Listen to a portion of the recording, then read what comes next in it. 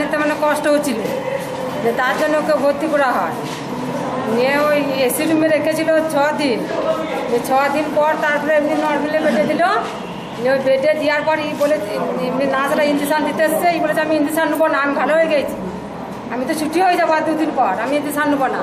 না বলেছে না তোমাকে ইঞ্জেকশন নিতেই হবে, নাহলে তুমি ছাড়বে না। আর ওই ইঞ্জেকশন যেদিন থেকেই দিয়েছে সেই দিন থেকেই ওই জ্বালাপোড়া। কোন হাসপাতালে ভর্তি ছিল? আইকো সিটিতে। তো সেখান থেকে কি এই গন্ডগোলটা? হ্যাঁ, ওইখান থেকেই ওরকম হয়েছে। কোথা থেকে হয়েছে? আইকো সিটি থেকে। ওদের ডাক্তারদের কোনো গাফিলতি? হ্যাঁ ডাক্তাররা কি ভুল ট্রিটমেন্ট করেছে? হ্যাঁ, ভুল ট্রিটমেন্ট করেছে। কারা ভুল ট্রিটমেন্ট করেছে? ডাক্তার আইকো সিটির ডাক্তার করেছে। তারপর কি বলেছিল? হাতটা জ্বালা করছিল, ডাক্তারে কি হ্যাঁ, বলেছিল? জ্বালা করছিল। নিয়ে ওরা বললে যে তোমরা বললে সই করে দাও, এখান থেকে ওকে বাদ দিতে হবে, কার্ডটা খুলতে হবে। তো আপনারা জিজ্ঞেস নিয়ে আমরা করেন বললাম কেন খুলতে হবে?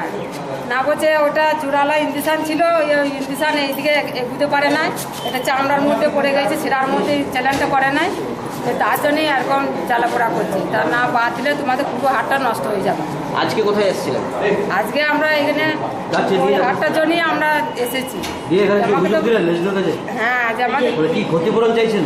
হ্যাঁ ক্ষতিপূরণ চাইছি। ওই আইকো সিটি হসপিটালে গেছে? হ্যাঁ, আমার ধরো ঘর পড়ে গেছে, আমার থাকার জায়গা নাই, এবারে ওই ধরো কর্ম করে, তাহলে আমাদের খোয়াবে কে?